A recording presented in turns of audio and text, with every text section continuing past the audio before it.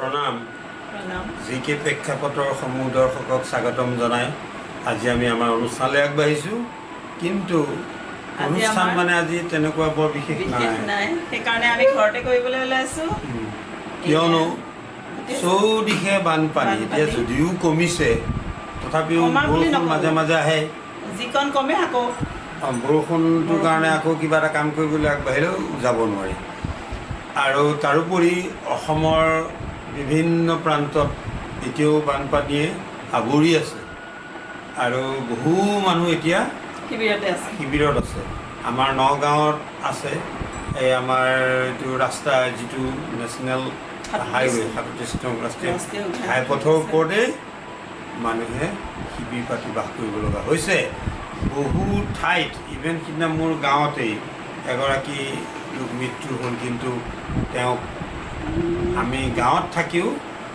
চহৰৰ শ্মশানত নি অন্ত্যেষ্টিক্ৰিয়া সম্পন্ন কৰিব লগা হৈছে গতিকে এই এনেকুৱা কিছুমানৰ কাৰণে মনটো ভাল নলগা হ'ল আৰু মানুহবিলাকৰ অৱস্থা দেখি খুব দুখ লগা হৈছে যেতিয়া কোনোবাই সাহাৰ্য এমুঠি নিয়ে মানুহখিনিয়ে বহুত আশাৰে বাট চাই থাকে ইয়াত চৰকাৰেই হওক বা বিভিন্ন সংস্থাৰ তৰফৰ পৰা তেওঁলোকক সাহাৰ্য দিয়া হৈছে কিন্তু তাতো যেন কোনোবাই সেই সাহাৰ্যৰ কিছু অংশ টান কাঢ়ি নিবলৈ বিচাৰিছে তাকে মানে বানপীড়িত লোকৰ কাৰণে আগবঢ়োৱা সাহাৰ্যও হৰলুকি হৈছে সেইটো কৰিব নাপায় পাৰিলে যিমান পাৰে দিবহে লাগে মানে শিবিৰত থকা লোকজনেহে জানে শিবিৰত কিমান কষ্ট আৰু যাক মানে দৰকাৰ সি নাপায় আৰু যাৰ অজস্ৰ আছে সি আকৌ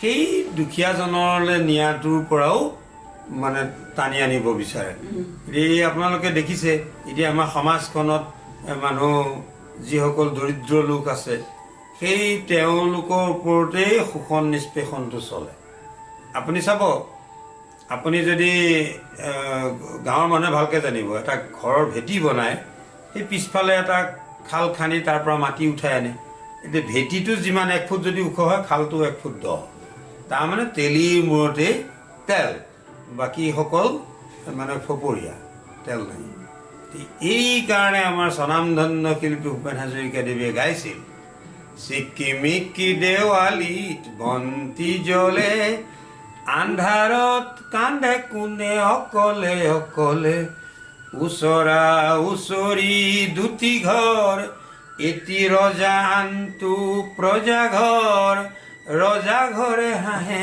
আৰু প্ৰজাতিত বন্তি নজ্বলে দেৱালীৰ দিনা দেখিব এটা বিল্ডিঙত নানান ধৰণৰ ইলেক্ট্ৰিক সজ্জাই আলোকিত কৰিছে কিন্তু কাষতেই এটা প্ৰজা ঘৰ আছে তাত বন্তি গছো নজ্বলে আৰু সেইসকলৰ কাৰণে বহুতে ঘৰিয়ালৰ চকু পানী টুকে কিন্তু আন্তৰিকতাৰে কোনেও তেওঁলোকক সহায় কৰিবলৈ আগ নেবাঢ়ে সেয়ে মই আমাৰ দৰ্শকসকলক জনাওঁ যে তেখেতসকলৰ ফালে যদি বানপানী হৈছে বা নাই হোৱা হৈছে যদি সাৱধানে থাকিব আৰু নাই হোৱা যদি বানপানীৰ পিছতো বহুত বেমাৰ আজাৰ হয় যিসকল লোক বানপানীৰ কবলত আছে তেওঁলোকক পাৰিলে অলপ সহায় কৰিব এয়া আমাৰ অনুৰোধ আৰু এটা কথা মই কওঁ আমাৰ এই দুৰ্যোগৰ সময়ত চৌদিশে বানপানী ঘৰত পানী সোমাইছে পেটৰ তাৰণাত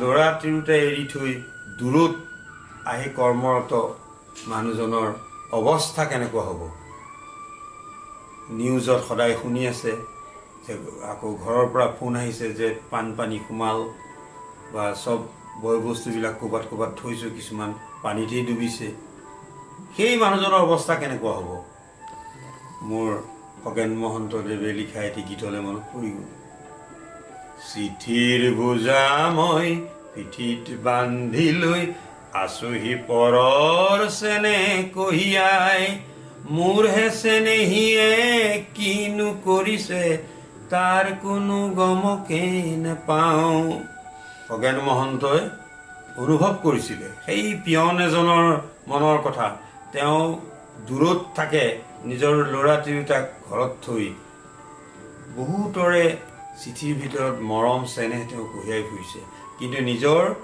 সেই মানুহজনীৰ পৰা তেওঁ দূৰত আছে, মৰম চেনেহৰ পৰা আঁতৰত আছে। এনেকৈ তেওঁ কণমানি সেই কেঁচুৱাটোৰ ফুটা নুফুটা মাতৃ শুনাৰ পৰাও তেওঁ আঁতৰত আছে। এই হ'ল মানে আমাৰ মানুহৰ অৱস্থা কিছুমানৰ। আৰু আগতে আমি বানপানী শুনিছিলোঁ কেৱল নদী বাঢ়িলে হয়, ব্ৰহ্মপুত্ৰখনকেই দায়ী কৰে বানপানীৰ কাৰণে আগতে। আজিকালি আকৌ বানপানী য'ৰ পৰা ত'ৰ পৰা হয়। এইটো মানে সৃষ্টি কৰা বানপানী যেন লাগে। ভূটানে পানী এৰি দিলে, অৰুণাচলে পানী এৰি দিলে, কাৰ্বি লংপি প্ৰজেক্টৰ পৰা পানী আহিল। গতিকে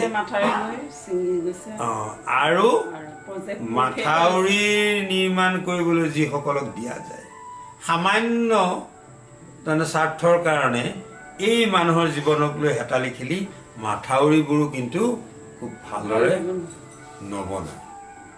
ফলত এই মাথাউৰি ছিঙি যায়, ৰাইজৰ হাহাকাৰ হয়, আৰু বান্ধত অতিৰিক্ত পানী জমা হৈ তেওঁলোকে তাক ধৰি ৰাখিব পৰা ক্ষমতা পাৰ হৈ যোৱাৰ কাৰণে বান্ধ খুলি দিব লগা হয়। সেই পানীয়ে যে নামনিত জনতাৰ মাজত হাহাকাৰ সৃষ্টি কৰে, সেই কথাটো অনুভৱ কৰিব লাগে।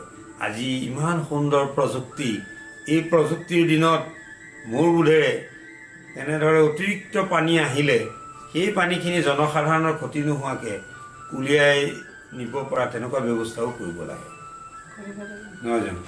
এতিয়া তাহানিহে ভূপেন হাজৰিকাদেৱে সেই বুঢ়া লুইতক গালি পাৰি গান লিখি থৈ গৈছিল যে মানুহক হাহাকাৰ কৰে।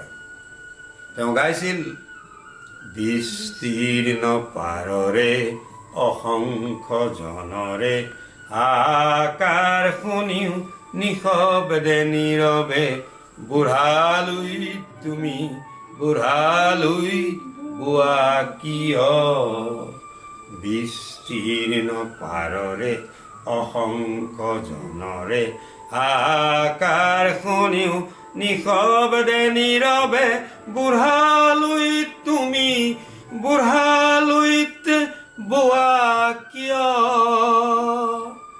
বুঢ়ালুইতক গালি পাৰি তেওঁ গান লিখিছিলে, কাৰণ তেতিয়া লুইতৰ বানপানীয়ে মানুহৰ মাজত হাহাকাৰ সৃষ্টি কৰিছিল।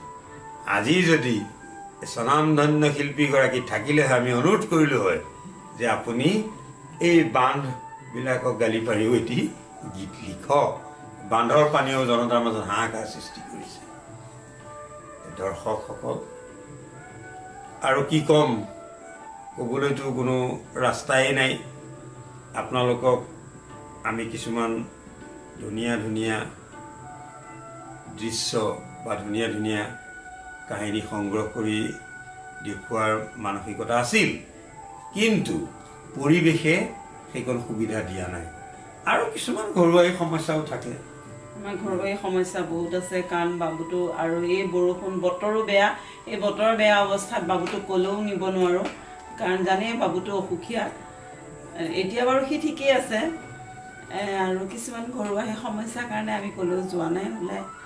আৰু এতিয়া আৰু এটা সমস্যা হৈছে, প্ৰৱেশিকা পৰীক্ষা ৰিজাল্ট ঘোষণা হৈছে আৰু উচ্চতৰ মাধ্যমিকৰ ৰিজাল্ট ঘোষণা হৈছে, ছাত্ৰ ছাত্ৰীসকলৰ নামভৰ্তিৰ সময় হৈছে।